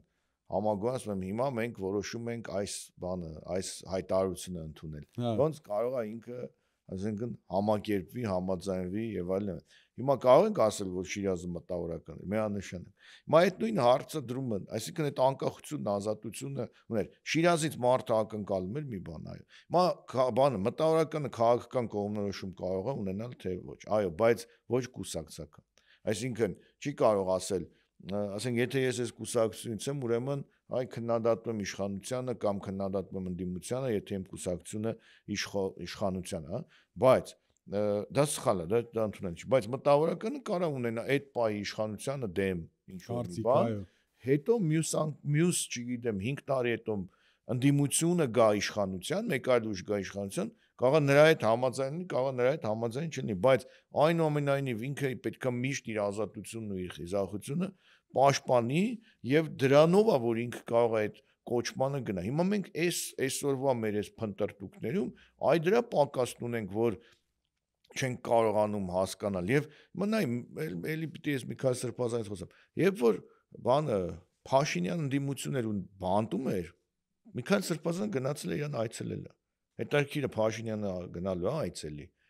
Նրան ով այցելել է իրեն Երբ որ ինքը բանտարկված է, հարցը ռետորական է։ Հիմա, այսինքն, այն ժամանակ այդպես էր, հետո կարող է այլ բաղվածքներ ունեցել, չեմ ասում անսխալական, բայց ունի այդ խիզախություն։ Եվ բանի, մենք խոսել ենք, եթե չեմ սխալվում, Դաստոևսկու մասին, որ Դաստոևսկին էլ դե տարբեր սոցիալական խնդիրներ եւ այլն, բայց վերջում, երբ որ իմաստնացել էր արդեն Մանավանդ այդ իր հայտնի Պուշկինյան ելույթից հետո Պուշկինը նվիրված նա արդեն հասկանում ես հասել էր այլ կատեգորիայի երբ իր համար պաշտոնյաները թագավորները մյուսները արդեն ավելի ցածր են այլ են ինքը Դիոգենես էր արդեն հա եւ ինչ էր օրինակ հայտնի բանը կա որ հանդիպում է նա Թագաժառանգին Ալեքսանդր 3-ին ապագա Եվ խոսում ասում է այս բաներն եմ մտածում երկիրը սենց ճիշտ է սենց սխալ է եւ պատտվում հետա գնում եւ ասում է Ալեքսանդր Ռոմանովը իր կյանքի մեջ առաջին անգամ տեսավ մարդու թիկունք, որ իրեն թիկունքով պտտվեց ու գնաց, ոչ թե խոնարհվեց, կռացավ եւ գնաց։ Հիմա Դոստոևսկին այդ ժամանակ այդ պահին արդեն մտավորական։ Բայց երբ որ մտավորականը հիմա կան այստեղ բաներ, նկարիչներ, որոնք ասենք էլիտար նկարիչներ են, չեմ քաղաքի լավ տեղերում արվեստանոց ունեն, հանդիպում են իշխանությունների հետ, խոսում են չգիտեմ արվեստից, վստահ եմ հիմա կսկսեն արագած նկարել, եթե արդեն չեն նկարել, հասկանում ես, հիմա ես այդ նկարչին չեմ կարող հարգել, ես այդ քանդակագործին, չէ, կարող եմ հարգել որպես նկարիչ, բայց ես չեմ Միգուցե լավ է։ Ես չեմ ընդունում նրան որպես մտավորական, ոչ թե ես եմ որ չեմ ընդունում, այլ որովհետև ինքը մտավորականին հատուկ այդ բաներից հեռու է։ Եվ մի իշխանություն, հիմա այս իշխանության այս բաների մասին, հա, խոսենք, այս իրենց սանձազերծած այս ամեն ինչ։ Մի իշխանություն, երբ իրեն զրկում է բոլոր հնարավոր այսպես զսպող մեխանիզմներից, որ գիտես ինչ, բոլորը պետք է ծափահարեն իրենց որոշմանը, կամ պետք է լռեն, կամ եւ այլն, ինքը ընտրում է դեգրադացման ճանապարհը։ Հիմա գաղափարախոսություններ են առաջարկում, արդեն տեղավորվեց այդ իրական այո, նոր Հայաստանի գեղագիտությունը, այսինքն բանը մտնում են մի ոլորտ, այսինքն իրենք պետք է որոշեն, թե ինչպես պետք է զարգանա արվեստը, հասկանում եք, թատրոնները, փոքր երկրներում վերջիվերջո մշակույթը նաև աղքատ երևույթ է, չֆինանսավորվող աղքատ, շատ քիչ մարդիկ են, որոնք մշակութային գործունեությամբ կարողանում են այսպես լավ գումարներ վաստակել, հա։ Ուստի բնականաբար այդ սովետական մնացորդ էլի պետպատվեր հասկացությունը մնացել է, չէ՞, պետպատվերով տպվող գրքեր, պետպատվերով այս, պետպատվերով են եւ այլն, ու իրենք այլևս պատրաստվում են ֆինանսավորել բացառապես այն ստեղծագործությունները, թատրոններից սկսած, ավարտած այլ բաներով, այսպես գրքերով, ստեղծագործություններով եւ այլն, որոնք համընկնում են իրենց առաջարկած իրական Հայաստան այսպես կոչված չեմ ուզում գաղափարախոսություն անվանել, որպեսզի չգիտեմ, կանտը գերեզմանի մեջ շուրջ չգա, բայց այդ բանով, այդ տեքստով, այսպես ասեմ։ Եվ իրենք ինչով են տարբերվում քեմալական Թուրքիայից եւ Ստալինյան ԽՍՀՄ-ից։ Ասեմ քեմալական Թուրքիայից։ Ես մոտավորապես հասկանում եմ ինչ։ Ես կսկսում եմ պատմական կերպարներին չշփոթել այսօր իրականության։ Քեմալական Թուրքիան պատվիրում էր, որ թուրք գրողները գրեն քեմալական շարժման մասին, նոր Թուրքիայի մասին, եւ ասում էր բեմադրվելու են այսպիսի պիեսներ, գրվելու են այսպիսի գրքեր, նկարվելու են այսպիսի նկարներ, որտեղ պատկերում են ինչ-ինչ ճակատամարտեր եւ այլն, չեմ Սուլթանի փախուստը կամ եւ այլն։ Ստալինյան շրջանը գիտենք, սոցռեալիզմ, Մարտիրոս Սարյանն էլ անգամ ունի սոցիալիստական ռեալիզմի պատկերող նկարներ, գրողները բոլորն ունեն եւ այլն, բոլորին պարտադիր։ Ինչ տարբերություն նրանց եւ այսօրվա այս նոր Հայաստանի գաղափարախոսությունը, ոչ մի տարբերություն, այսինքն իրենք չզգալով մտել են բռնապետական լիովին այդ տրամադրության եւ պահվածքի մեջ, ու հիմա երբ որ նայում ենք դաշտում ու տեսնում ենք, որ այդ ազատ իրոք գիտակ խոսքի կարիք ունի հասարակությունը, բայց այդպիսի մարդիկ կամ քիչ են կամ չկան, հասկանում ենք, որ այն ստերեոտիպները, որ մեզ նշված էր, որ մտավորականի խոսքը պետք է լինի ազդեցիկ եւ այլն, դրանք արդեն հնացած բաներ են եւ հասկանում ենք, որ չի կարող պետության մեջ լինեն մտավորականության մի ամբողջ դասակարգ, այսինքն Գրողների միությունը քանի անդամ ունի 500 մտավորական 600 այստեղ 600 այնտեղ պետք է ունենա մի քանի հատ Արի հանուն անկեղծության նշենք, որ այս ֆենոմենը Ռուբեն մտավորականությանից սպասելիքի եւ չստանալու ֆենոմենը գալիս էր նաեւ նրանից, որ անգամ մինչեւ 2018 թվականները մեր երկրում հեղինակությունների սով սկսվեց, հասկանում ես։ Այսինքն տես, հա, կներես մի հատ ասեմ նոր շարքի, որովհետեւ այդ քո ասած հեղինակությունները մտան կենցաղի մեջ եւ ոչ թե ընտրեցին տակառը Դիոգենեսի, այլ ընտրեցին այլ բաներ, այսինքն իրենք ասցին մենք չենք կարող սոված մնալ։ Պալատական սազանդաներ միշտ եղել են։ Այո, բայց այդ դրա դիմաց իրենք պետք է զիջեին։ Ես կարծում եմ, որ նախքին իրենք իրենց զիջեցին։ Անշուշտ, բայց ես կարծում եմ նախքին իշխանությունները մեկը մյուսին հաջորդող այնպես չի, որ եւ դրանից առաջ բնականաբար այդ ամեն ինչը սովետական իրականության հետևանք էր, էլի։ Իրենք էլ անխնավարվեցին միջավայրի հետ։ Շատ անխնավարվեցին։ Որտեվ ես ինքս դու էլ տեսել, ես էլ եմ տեսել, երբ օլիգարխները կամ իշխանավորի հարսանիքին մի վաստակավոր արտիստ կարող է ասել մի հատ կենաց ասա օրինակի համար էլի բացի դրանից որ ոչ միայն վաստակավոր հին նկատեմ սովետական շրջան վաստակավոր ստացած ու այդ բանը էլի այսինքն տես երկիրը մեծ երկիրը քանդվեց սովետական միություն կոչեցյալ անկախ Հայաստան կիսասոված վիճակ անգամ ասում էին բազմաթիվ հանրահայտ այսպես մտավորական գրող գրական գործիչներ եւ այլն 90 ոչ թե ասում են դա այդպես էր 90-ականներին սարսափելի ծանր կենցաղային պայմաններով անցան ասենք բայց դու Վիկտոր Համբարձումյանի նկարն եմ ես հիշում ոնց էր ինքը այդ փեջի մոտ բանարված քուչեկած համաշխարհային այսպես գիգանտ հա այն անգերազանցելի աստղաֆիզիկոս Վիկտոր Համբարձումյանն ու այդ իրավիճակը ու այդտեղ այդ բանը սկսվեց այսինքն սեփական կենցաղը ապահովելու նպատակով կամ համար կամ հանուն սկսվեց այդ դեպի պալատական ձգվող այսպես կոչված մտավորականության ընթացքը, հա, ու իշխանությունները նախքին իրենք պետք է այնուամենայնիվ մի քիչ խնայող լինեին այս հարցով, իրենք պետք է փորձեին այս հարցը այնպես կանոնակարգել, որ երկրում ամբողջական հեղինակությունների սով չլներ, որովհետև 2018 թվականի այդ ողբանում փոփոխությունների ժամանակ քաղաքական հասկանում ես կային էս երկրում մարդիկ եւ դրանք քիչ չէին որ հասկանում էին որ փողոցով եկած իշխանությունը մանավանդ այս որակի իշխանությունը եւ այսպիսի կադրային կերպարներ ունեցող իշխանությունը եւ այսպիսի բեքգրաունդ ունեցող լիդերները բերելու են միայն ու միայն ողբերգության բայց մեր երկրում չկար մեկը որի ձայնը հատուլիներ ու գիտես ի՞նչ է խնդրեմը իմ կարծիքով որ իշխանությունները թույլ էին տալիս որպեսի բոլոր իշխանությունները ընդ որում նորից եմ ասում այդ մարդիկ ասոցացվեն իրենց հետ այդ մարդիկ չակերտերով եմ ասում սնվեն իրենցից այդ միևնույն ժամանակ այդ մարդկանց վրա հանրային հարձակումներ սկսվեն Սով Սարգսյանի նախագահի տեխնացու առաջադրեցին հիշում ես 91 թվականին էլի չէ հա հուսակցությունից եթե չէ Այսինքն ոնց կարելի է ասма, այն իշում ես джентльменի удачи ասма, там памятник сидит, ասма, кто же его посадит, он же памятник։ Այսինքն ոնց կարելի է այդպես անել, էլի։ Այսինքն Սով Սարգսյանը շատ բառեր դերասանն է, նահապետը բանի, բայց նահապետը դառնա նախագահ, Զորի Միրոն դառնա նախագահ, ինքը Զորի Միրոն զոր, եւ այլ։ Հիմա տես այդ Վիկտոր Համբարձումյանի հետ կապված մի հատ բան հիշեցի նաև առաջացած տարիքի մտավոր չեմ ուզում այդ մտավորական արդյուն ֆիքսեցինք Դիոգենեսի չափով չկա էլ մտավորական չի բան այդ արվեստագետներ կամ եւ այլն գիտնական բաներ կան չէ առաջացած տարիքի որոնք ամբողջ իրենց կյանքում բարեհաջող գտնելով հարմարվելով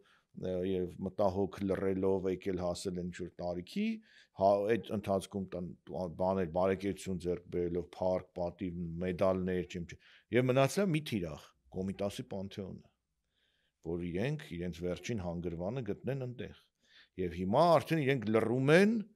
այդ Պանթեոնում հայտնվելու համար հիմա Վիկտոր Համբարձումյան որը ուներ բոլոր արժանինքները Պանթեոնում ուղարկավորել ինքը պահանջում է որ իրեն բյուրականում հուարկավորեն եւ իր գերեզմանը այնտեղ է Ասպետարանի տարածքում այո կարծում կնոջ հետ եւ այլ այսինքն Վիկտոր Համբարձումյանը կարար վառարանի կողքը չլիներ ծանր այդ տարիներին պատերազմի կարար լիներ Մոսկվայում ջեռուցվող ինչ որ Լենինսկի պրոսպեկտի վրա ինչ որ մի տանը չէ կամ Կուզնիցովսկի պրոսպեկտ եւ այլ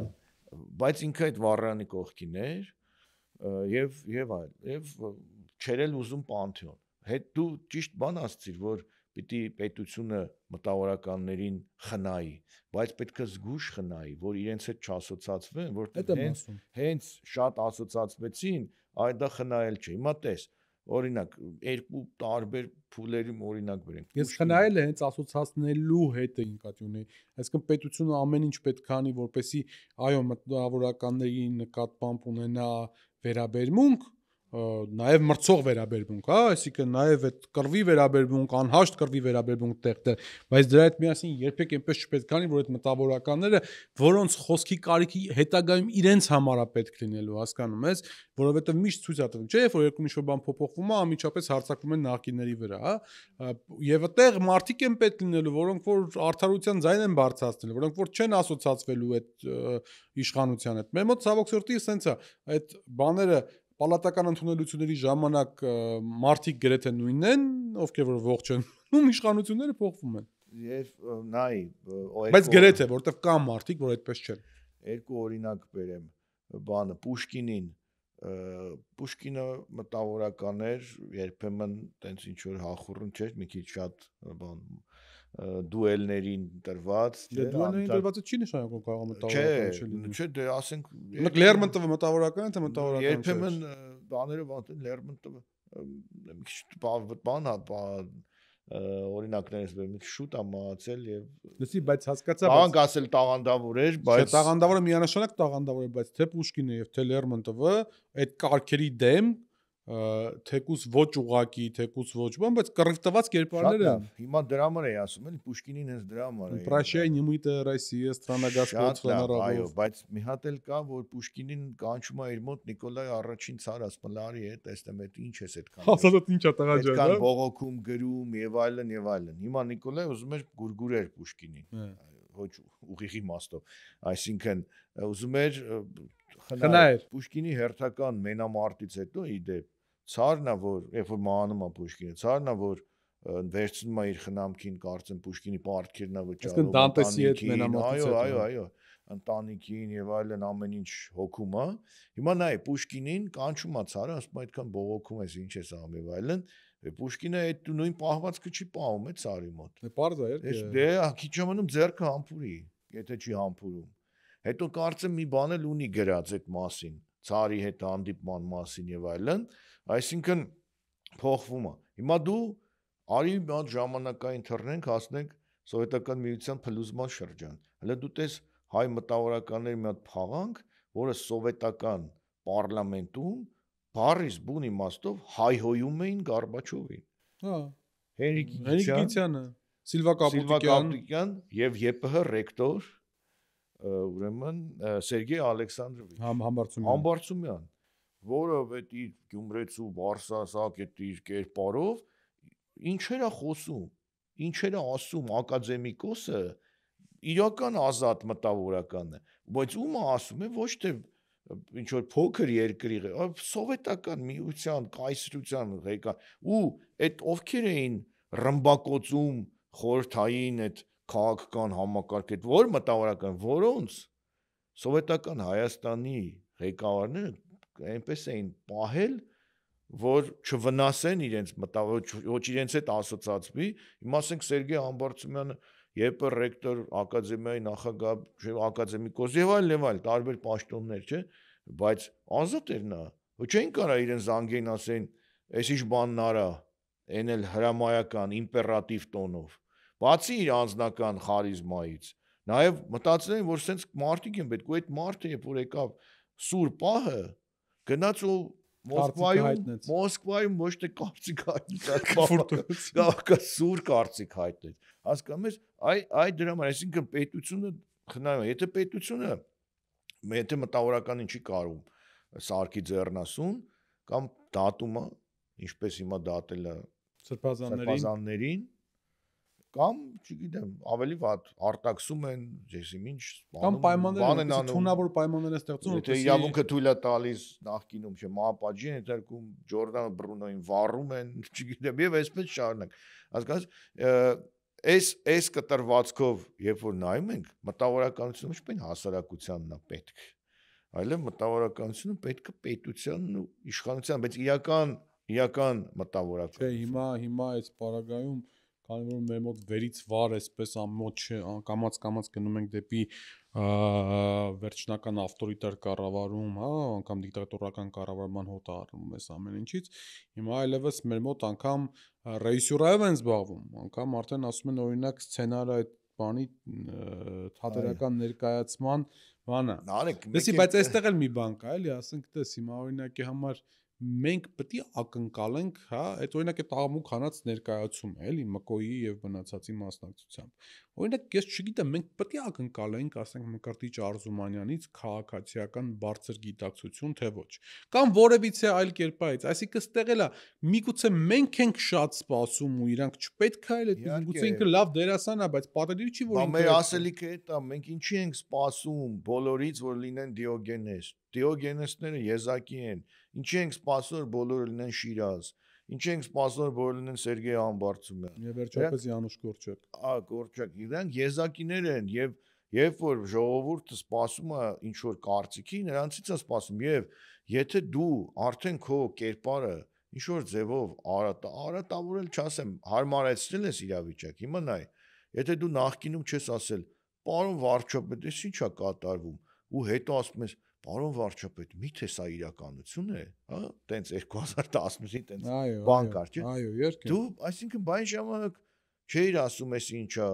բայն ժամանակ Պարոն նախագահից բարագայում։ Այո, հետո ոնց ես ասում։ Ու հետո էլ արդեն պատերազմից հետո 44-ը միգուցե ասում ես, մի հատ էլ ուզում ես հիմիկվաններին քննադատես կամ չեմ են հետևել քննադատել են թե չէ։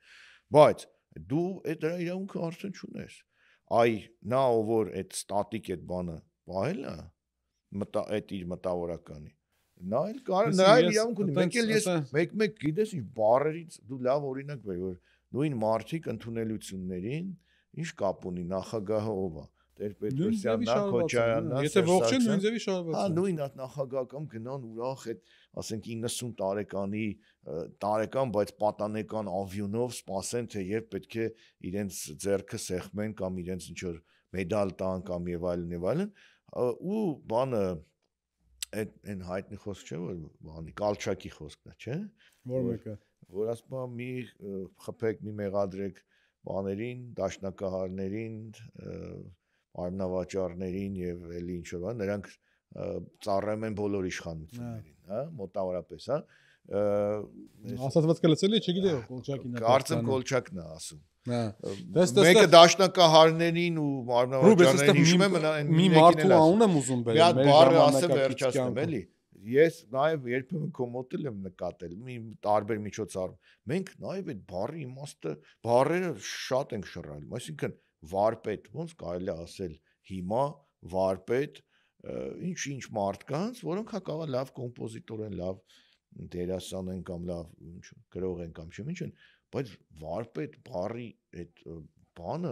այնքան բարձր է։ Դե հիմա ինչպեսին եկել դա այնպեսին են վարպետ։ Ժամանակին վարպետ Ավետիք Իսահակյանին են ասել։ Ես հիմա որ ասում վարպետ, գիտես ինքն էլ չի ասել։ Հիմա ասենք երբ որ ասում են վարպետը, չեն ասում ով։ Ասում են ուրեմն Ավետիք Իսահակյան։ Հիմա ոնց կարելի է ասել վարպետ, ինչ։ Հիմա Մկոյի մասին ասում, Մկոն տաղանդավոր դերասան է։ Շատ տաղանդավոր։ Որևէ խոսա ինչ է, բայց այդ ինչու եք մտածում, որ ինքը պետք է ինչ բան։ Եվ իրան երբ որ ներքաշեցին այդ զրույցի մեջ բան եւ այլն, մեկը ընդունեց իր ապահովվածքը, մեկը չընդունեց, բայց մենք այդ բանը մտավորականության սեգմենտն էլ փչացի, գիտես ինչ, ինչպես են 150 դրամի ակցիաները, տրանսպորտի թանկացում, մտավորականներ իբր, չէ, դերասաններ, բան նույն մարդիկ մենք դեմ ենք թանկացում, բայց հետո Արցախի մասով լուր եք, հա, բանի մարշրուտի մասին խոսում եք, Արցախի մասին չեք խոսում, բռնությունների մասին չեք խոսում։ Արցախի, այսինքն Արցախի ընկնելը մի 50 դրամի մարշրուտների բան չուներ, կամ բանում էլ ցանցերի էլեկտրոէներգիա ինչ որ մի քանի դրամ թանկացման չափ չկար Արցախի ընկնելը։ Դա այն ժամանակ կարելի էր, հիմա չէր կարելի։ Ու գիտես, ես ուզում եմ այս առումով Ռուբ անպայման մի մարդու անուն նշեմ, որ ինձ համար այդ քո ասած 3 բաները ունի այս պահին, էլի։ Այսօր մեր հետ ապրող ու երևի թե մենք իրան չենք էլ այսպես արժանին մատուցում այդ առումով խոսքս Դավիթի մասին Ամալյան ու ինչ տրամաբանության մեջ է Դավիթի մասին Ամալյան։ Ես տեսել եմ Դավիթին Ամալյան 2007-8 թվականներին, երբ որ Տեր-Պետրոսյանի շարժումը սկսվել էր ու ընդունենք այդ ժամանակ էլ երկրում չէ կար այդ հայկեքի խստացված վիճակը բանել, Դավիթը այնտեղ կանգնած էր։ Միգուցե ելույթ չէր ունենում մեզ չէ, բայց այնտեղ կանգնած էր Դավիթը։ Այնտեղ կանգնած էր ու այդ իմ համար բաներ ես Դավիթին Ամալյան տեղ եմ տեսել առաջին անգամ կյանքումս, հետո անշուշտ ընկերացել ենք այս կոմենկով, մի դեպ ողջույն մեր սիրելի ընկերոջը։ Ես եմ շատ հա ու հետո Դավիթն եզակի տղերքից էր, որ 2018 թվականից իր հասկացած իր հոգուց բխող երաժշտությունով եւ հոգուց բխող խոսքերից բացի 2018 թվականին նաեւ այդ ժամանակ էր հանդարտեցնող եւ մի քիչ սառը ջուր լցնող խոսք ասում, ոչ թե այն ինչ որ ընդունված էր վերջապես կամ պարոն վարչապետ միթե դա սա իրականությունն է, այդ տոնով չէր Դավիթը խոսում։ Ու 2020 թվականից հետո էլ ի պատիվ իրան ինքը իր որդու ընկնելը հերոսանալը անմահանալը Արցախում չդարձրեց դրոշակ ու մտնի քաղաքականություն ինքը շարունակեց մտնել նույն Դավիթ Ամալյանը նույն չհանդուրժող նույն չլռող տեսակը որին ավելացավ այդ անձնական սարսափելի վիշտը հասկանում ես այսինքն մենք ունենք մեր կողքին մարդիկ որոնք որ իսկապես բան են լսի ես հիմա քեզ անշուշտ չեմ ուզում նույն ընկերներս քեզ գծնել բայց այնուամենայնիվ լինել Երևանի պետական համալսարանում այսօրվա պայմաններում այսօրվա իրականությունում խոսել այդ երեք պարամետրերը պետք է առնվազն լինեն որպեսզի կարողանաս խոսես հասկանում ես այսինքն նաև չսարքենք այնպես որ չկան մեր երկրում մարդիկ որոնք որ լուր չեն որոնք որ չեն հանդուրժում այս իրականությունը, որոնք որ իսկապես մտավորականի կոչման արժանի են, կան այդպիսի մարդիկ, ուղղակի նորից եմ ասում, որ այս թվային համակարգում, որտեղ հասկանում ես, ասենք, չգիտեմ, դոկտոր պրոֆեսոր մարդը 30-35 տարի, ասենք, մանկավարժությամբ զբաղված օրինակի համար, հա, չգիտեմ, տարիներով կրթված եւ կրթած անձնավորությունը, ինչ որ մի հատ խոսք է ասում, մի համբակ, բառից բուն իմաստով համբակ որ 7-րդ թե 6-րդ դասարանի կրթություն կամ ունի կամ չունի, որ իր կյանքում ավանակ անգամ չի լվացել երբևիցե, այդ հունարել չունի, մի հատ էշ բռնի, տանի մոյկայում վրան կարճեր պայի, բայց ինքը հասանելիություն ունի համացանց, այնպիսի չակերտներով գնահատականներ է տալիս այդ իմ ասած մարդուն, որ երբ որ այդ մարդը կարդում ու տեսնում է այդպիսի մի քանի ինչ որ մեկնաբանություններ իր հասցեին, նաև չեմ ասում ախպեր ես որ սաղիթ Bye-bye. Բայց դա մեր օրյա եւ իրողությունն է եւ ընդհանուր իհարկե հնարավոր չի դա հանդուրժել հասկանում ես այսինքն իրենց ուժը իրենց մեծականակ եւ տգետ լինելու մեջ է որ այսինքն կարա չհասկանա ինչա լատինատար սկսի ինչ որ բաներ գրել ես լատին կես ռուսերեն հա բայց այդ սեգմենտը միշտ եղել է հիմա բայց այդ սեգմենտը տիրապետող չի եղել սիրելիս բայց այսինքն հիմա լավ այդ սեգմենտը որ կա ու բան այսինքն դու պետքա նրանց հարմարվես ասես դե լավ Պլատոնը ասել է, չէ՞։ Արիստոտելի իմ ընկերն է, հա։ Չէ, Պլատոնը այդարքի բան է ասել։ Իդեպ մոտեցող ընտրությունների ժամանակ ընտրությունների շեմին այդ այդարքի է այդ միտքը։ Ասում է, եթե նրանք ովքեր հրաժարվում են զբաղվել քաղաքականությամբ, պետք է համակերպվեն ու իրենց ղեկավարել են հիմարները, ովքեր զբաղվում են քաղաքականությամբ։ Այսինքն, եթե դու թույլ ես տալիս։ Նա մեկը ասել էր Պլատոնը իմ ընկեր է, բայց ճշմարտությունը։ Հա, հիմա Պլատոնը ասում է, եթե տգետներ, հիմարներ կամ չգիտեմ ինչ, ցածր IQ մարդիկ մտնում են քաղաքականություն, խելացիները չեն մտնում, ասում եմ դե ուրեմն դի համակերպվես որ նրանք կհաղթեն ինչ որ մի պահի եւ կղեկավարեն քո երկիրը որտեղ դու ապրում ես կամ բազմիմաստ լռում են էլի այսպես շատ խորն են լռում էլի հասկանում ես այնպես տակը այդքան իմաստություն կա այդ լռության մեջ էլի ասենք 4 բոլորը կործանում է Արցախը ընկավ չգիտեմ 150,000 մարդ տնավեր դարձավ եկեղեցին են բանանում Արարատը մյուսը մի խոսքով էլի այսինքն այս ամբողջ իրադարձությունը որ մի էջի վրա սահմանես ու մտովի տեղափոխվեց 2018 թվականից առաջ ու կարդաս թե ինչա տեղի ունենալու խելագարվես անմիջապես էլի հասկանում ես մի պահ հələ վիզուալ պատկերացրել ինչ որ տեղի ունեցել 18-ից հետո մեր երկրում մի պահ 18 թվականի ասենք պայմանական հունվարի 1-ին քեզ թղթով տային ու ասենք կարդա թե ինչա տեղի ունենալու կարող չդիմանար ֆսիխիկատ այդ վիճակին էլի բայց այն մարդիկ որոնք որ նրանք լռում են հասկանում ես այդ ծանր լռություն կա էլի իմաստություն կա այդ լռության մեջ ոչ մի բան չկա վախկոտություն կա այդ լռության մեջ ու վերջ ոչ մի բան չկա նայն մենք էլ այդ մարդիկ sense իբր իրենք էսթետ են էլի ասում են մենք ասենք ստորագրահավաքներին չենք միանա մենք չենք բողոքի մենք միտինգի չենք գնա մեր լռության մեջ է մեր ընդվզումը ես տանը միտինգ կանեմ ասենք իմ կուխնյայում չայ խմելու իմաստը որն է խոսեմ երբ որ ես չեմ ասում ես եւ այլն կամ ես չեմ ընդունում բայց նախկինները այդ բայց հենց ասած իմա հենց ասած բայց հենց ստորակե դրեց արդեն տեղ թեման փակ։ Հա, արագ, կարաս չխոսած այդ թեման։ Անկամից վերջ։ Բայց մի խնդրեմ կա Ռուբի։ Արի այդ լռությունը, որ մի խնդրեմ կա։ Չէ, վախկոտ շատ։ Հա, չէ, շատ են։ Վախկոտ լռությունը համաձայն եմ։ Բայց երկրորդ ֆենոմենն է կա, եթե մարդ չգիտի ինչ խոսա։ Ուրեմն այդ մարդը պետք է ասի, ես մալյար եմ, ես ասենք որակյալ պատ ներկող եմ, շատ հարգարժան մասնակցություն։ Մի ասեք ինձ մտավորական Ինձնից մի ուզեք ոչ մի բան, հասկանում եք, ես կարողանում եմ նոտաներ իրար կողք շարել, կամ ես կարող եմ քարը վերածել ինչ որ կերպարի, քանդակի եմ անում, բայց ես մտավորական չեմ, ինձնից մի պահանջեք, ես կարող եմ դեր տանել, փայլուն խաղալ, չգիտեմ, ինչ որ մի դեր բանի խաղում, թատրոնում, բայց պարտավոր չեմ ես ինչ որ բան, ես վախկոտ եմ։ Ես ուզում եմ լավ ապրել։ Հա, ես չգիտեմ, ես չեմ կարողանում հասկանալ։ Բայց այդ ոչ թե չեմ կարողանում հասկանամ, ես գիտեմ, որ վիճակը սարսափելի վատ է։ Ես հիմա ասենք պայմանական ասելիք չունեմ, բայց չէ, ոչ թե ասելիք չունեմ, այլ չգիտեմ ինչ լուծում առաջարկեմ, չեմ իմ ուղեղը չի կարողանում երկնի են լուծումը, այսինքն տեսնում եմ մի կողմից ասենք այս իշխանությունը ինչ որ անում է, մի կողմից էս ընդդիմության ճնշող հատվածը, որ բանով այսպես քաջաբար պրավալ տալով շարունակում է իր գործողությունները, ու ես չգիտեմ, ես ինչ դեղատոմս, ինձից դուք դեղատոմսը կակնկալում, չէ, ոչ եք մենակ կակնկալում, որ ամեն ինչ վատ է, հա, ասում եմ ամեն ինչ վատ է, ֆիքսում եմ որ ամեն ինչ վատ է, բայց ես այդ դեղատոմսը չունեմ, ես չգիտեմ ինչ առաջարկեմ մեր հասարակությանը։ Էդ էլ կա, էլի այդ խնդիրն էլ կա։ Հայ հասկացա, բայց չենք ասում այդ մի հոգին պետքա աշխարհակաղակական ամբողջ բոլոր խնդիրները լուծի։ Դա պրոստը պուանի։ Չէ, պետքա ասի, ասենք լավ, ինքը չի կարող չիմանալ ինչ ասում, որովհետև ինքը երբ որ ասել է այդ դիրքի, ինքը անցել է ինչ որ ճանապարհ, ինքը հասկանում է կարդացել է, եթե ինքը դերասան է, ինքը չգիտեմ, Շեքսպիրա կարդացել, ինքը տարբեր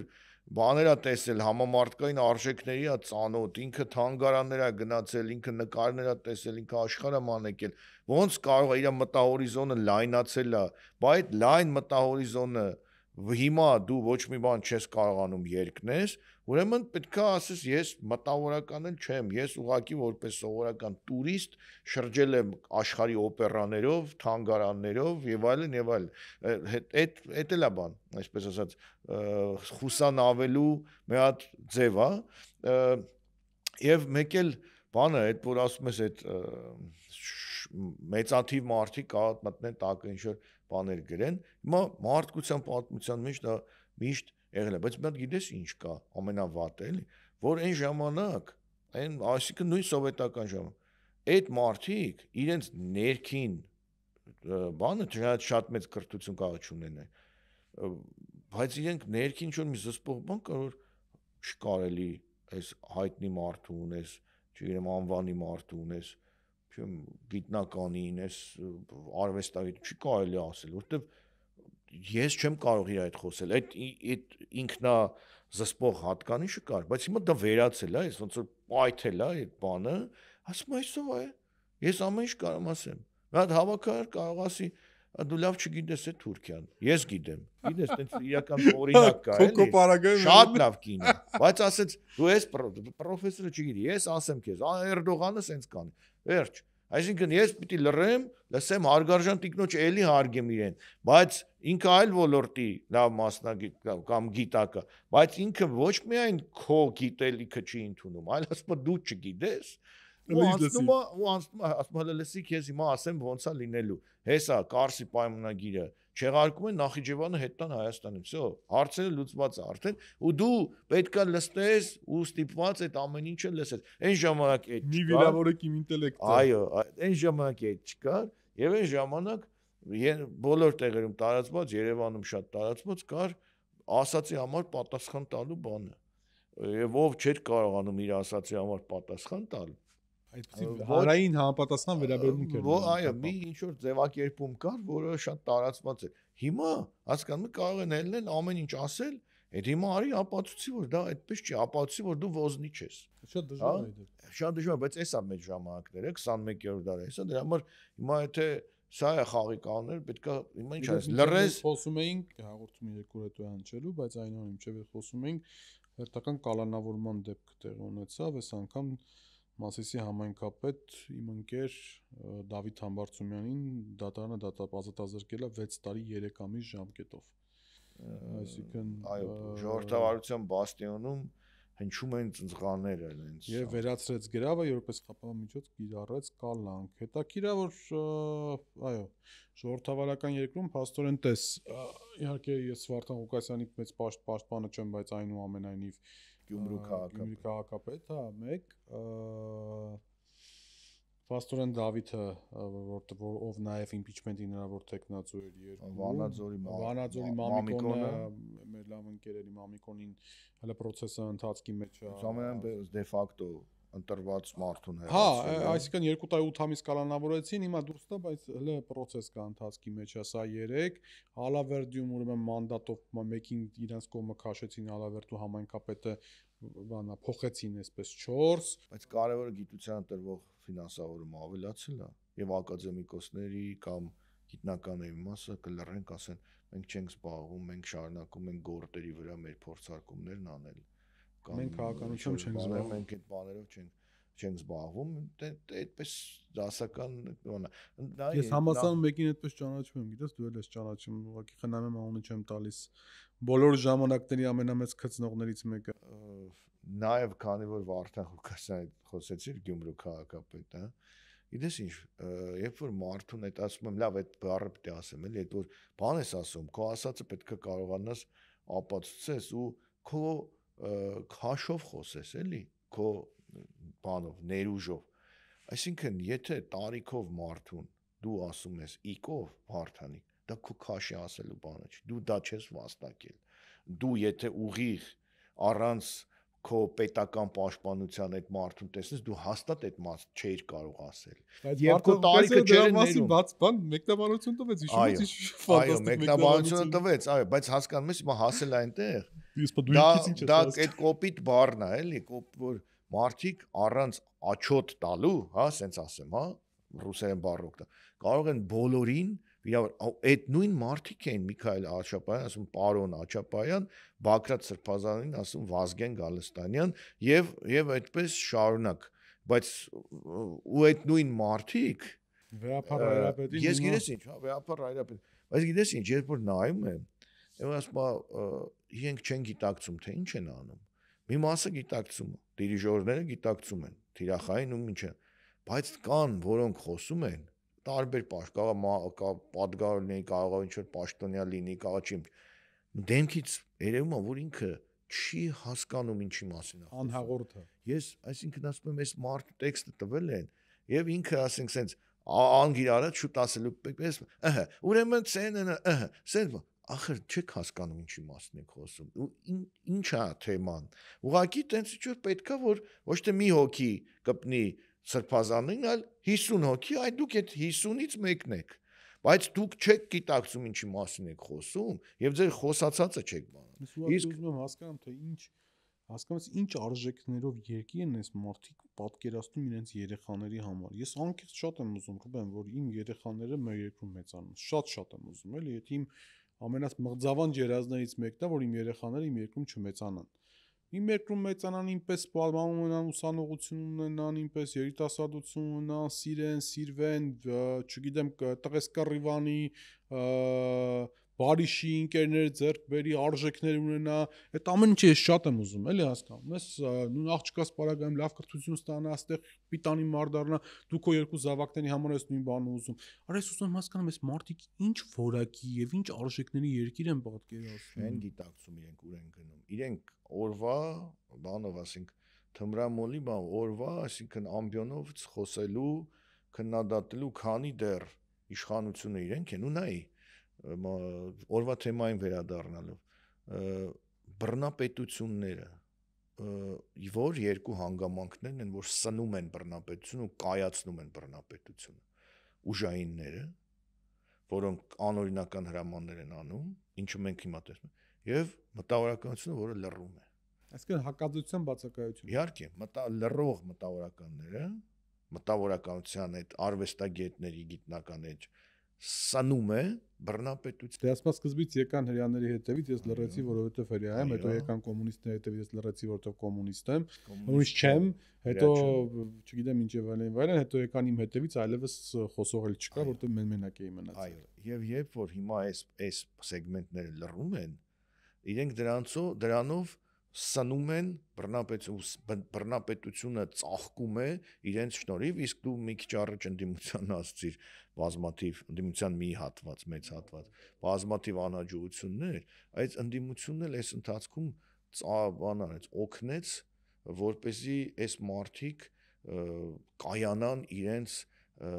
այս սխալի մեջ, խորհրդարանում խմբակային հարցակվելով, ծեծելով, խմբակային քննադատելով եւ adekvat պատասխան 1-1 ստանալով, բայց մեծ մասամբ չստանալով, իրենք կայացան, դրա համար իրենք իրենց գովում են, ասում մենք հիմա արդեն կայացած քաղաքական գործիչներ ենք, կայացել են այսպիսի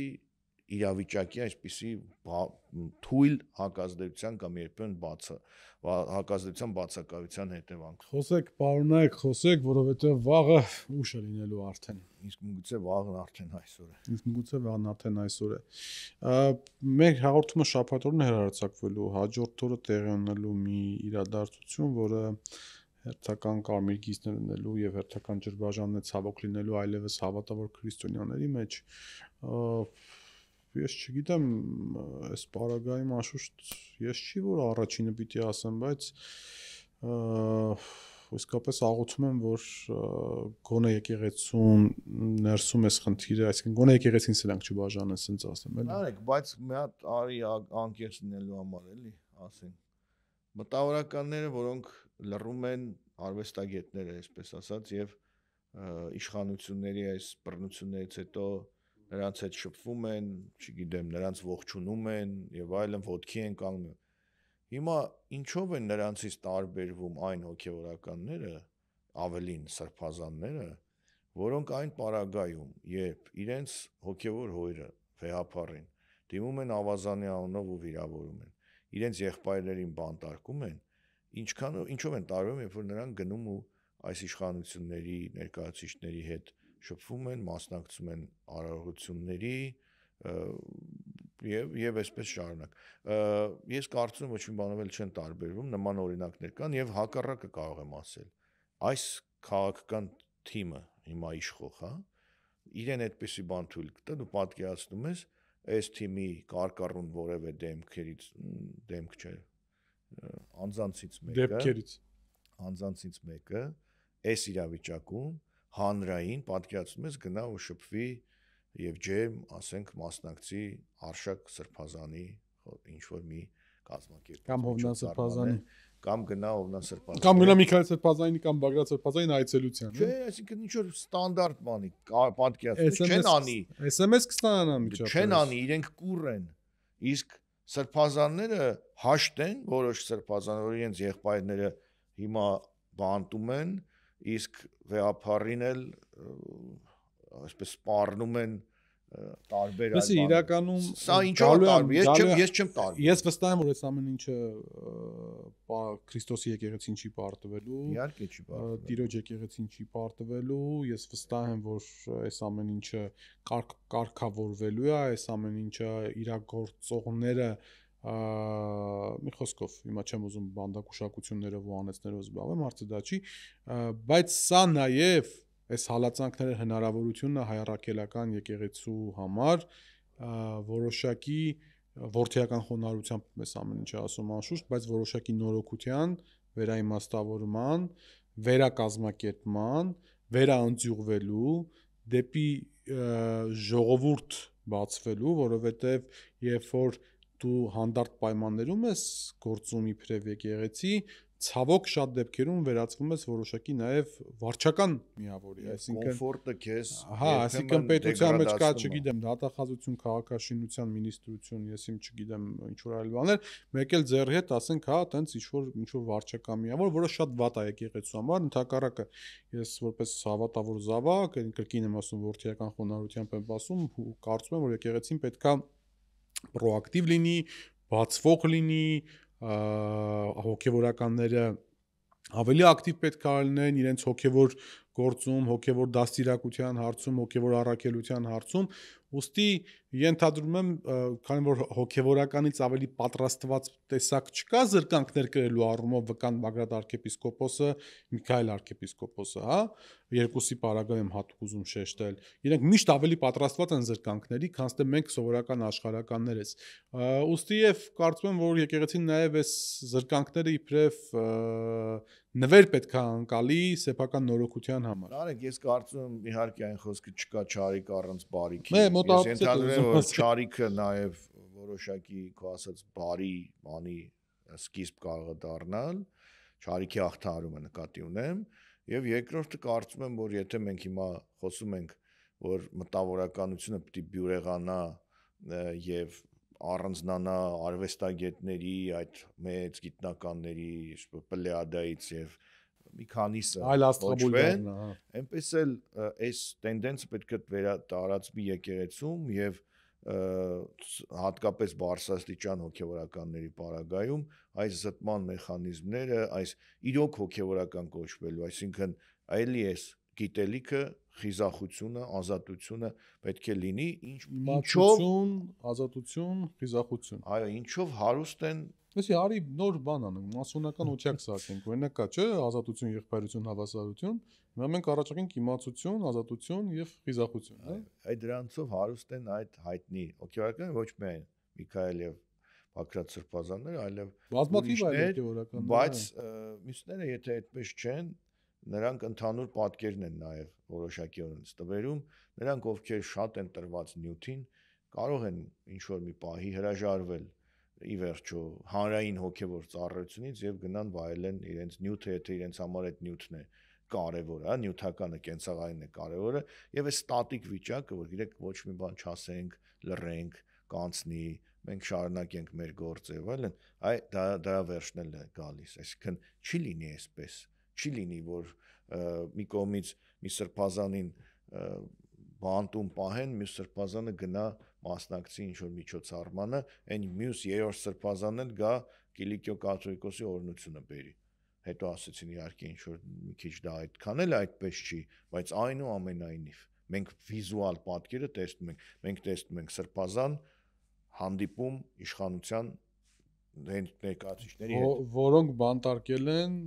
գերության մեջ են պահում քո հոգևոր եղբայրներին։ Այո, մենք տեսնում ենք վարչապետի պաշտոն զբաղեցնող անձի եւ սրբազանի հանդիպում այդ նույն անձը 1 օր առաջ եւ 1 օր հետո հայոյում է քո եղբորը եւ քո կաթողիկոսին, բայց մենք չենք տեսնում բանի ԿՊ վարչության որևէ անդամի ինչ որ սրբազանի ինչ որ մի միջոցառման ժամանակ կանգնած ուրեմն վեհապարի կողքին։ Սա վիզուալ պատկեր է, չէ՞։ Սա տեսնում ենք, չէ՞։ Բա այնտեղ այդ կարողանում են այդ կուր թիմային բանը պահել այդ իրենց, բա դուք չեք կարողանում հոգևոր մտավորականի, հոգևորական գծիկ մտավորականի այդ բանը պահել, ուրեմն ժամանակները կանցնեն եւ կհիշվեն նրանք, ովքեր այդ բեռը կարողացան ճիշտ իրենց վրա կրել։ Կհիշվի Միքայել Հաչապահյանը, կհիշվի Բագրատ Սրբազանը, կհիշվեն մյուս սրբազանները, իսկ նրանք, ովքեր ընտրեցին նյութը, միգուցե եւ ինչպես հիշվում են հազարամյակներ ի վեր պատմել։ Գիտես այդ բանն է, էլի, ես իհարկե չեմ ուզում մի քիչ տարբեր միգուցե կարող է լինի, բայց այդ պատմական առաքելության գիտակցությունը գերկարևոր է ընտրված մարդու համար։ Այդպես պայմանական ասեմ Աքիլեսյան ընտրություն, որտեղ մեզ հայտնի է, չէ, հին հունական դիցաբանությունից, մասնավորապես Հոմերոսի ուրեմն Տրոյականից, որ Աքիլեսի մայրը, որ ինքն էլ աստվածուհի էր, գալիս է որդու մոտ ու ասում է դու ունես երկու ընտրություն, երբ որ հելլենները ոտքի են կանգնում եւ արդեն պետքա աստորեն Ագամեմնոնի եւ Մենելոաուսի դրոշի ներքո մեկնեն արշավեն դեպի Տրոյա, հա։ Ինքը ասում է դու ունես երկու ընտրություն համար 1 դու չես մասնակցում Տրոյական պատերազմին, դու մնում ես այստեղ, դու ամուսնանում ես մի դերատի ակնոջ հետ, աղջկա հետ, դուք բոլորդ երեխաներ եք ունենում, քո երեխաները են ունենում, քո երեխաները են ունենում, բոլորդ ապրում եք երջանիկ եւ քեզ քո մի քանի սերունդ քեզ հիշելու է եւ բավական հարգելու է, բայց մի քանի սերունդ քո անունը մոռացության է մայտնվելու։ Բայց եթե դու ընտրես այնուամենայնիվ Տրոյա գնալու ճանապարհը, դու այնտեղ ավարտելու ես քո երկնային կյանքը, այսինքն զոհվելու ես, քեզ սպանելու են Տրոյա։ Մայրս զգուշացնում է որդուն, բայց քո անունը հազարավոր տարիներ մարդկության պատմության մեջ մնալու է որպես խիզախության եւ ռազմիկի կատարելության կերպար։ Ու սա Աքիլեսյան ընտրությունն է։ Ես հիմա այս Աքիլեսյան ընտրությունը բերում եմ փորձում եմ մտցնել մեր բոլորը չի որ կընտրեն այդ Աքիլեսի ճանապարհը։ Բնականաբար։ Հետևաբար բոլորը չի որ կընտրեն Դիոգենեսին, դրա համար Աքիլեսներն ու Դիոգենեսները այլ կողմում են։ Ոչ Աքիլեսներն ու Դիոգենեսները այլ կողմում։ Բնականաբար, այո։ Այն կողմում հայտնվածները ապրելով կոմֆորտի մեջ իրենց դիրքավորեն որպես Դիոգենեսներ կամ Աքիլեսներ կամ ուրիշներ։ Հետաբար, այո, շատ ճիշտ լավ հետարքիր, այսպես բան բերեցիր, էլի, զուգահեռ բերեցիր։ Արի այսքանով ավարտենք։ Ենթադրում եմ հենց այդպես էլ հենց այդպեսին է բանաձևը։ Այո, Աքիլեսյան ընտրություն։ Ավարտենք այսքանով, եթերում պրովզրույցները, պրովզրույցի 8-րդ թողարկումներ, մենք եթեր ենք դուրս գալիս 24-ի տաղավարից, ամեն շաբաթ ժամը 22:00-ին, ինչ ասեմ, սպասում ենք ձեր գնահատականներին, խոսքերին, դիտողություններին, դիտարկումներին, քննարկումներին, շնորհակալ եմ, որ թեկուզ փոքր քանակով, բայց սահմանափակ է մեր աուդիտորիան, այսպես ասեմ, ժամանակ է գտնում ու նստում է մեր երկար զրույցները նայում է։ Այսքանը։ Շնորհակալություն։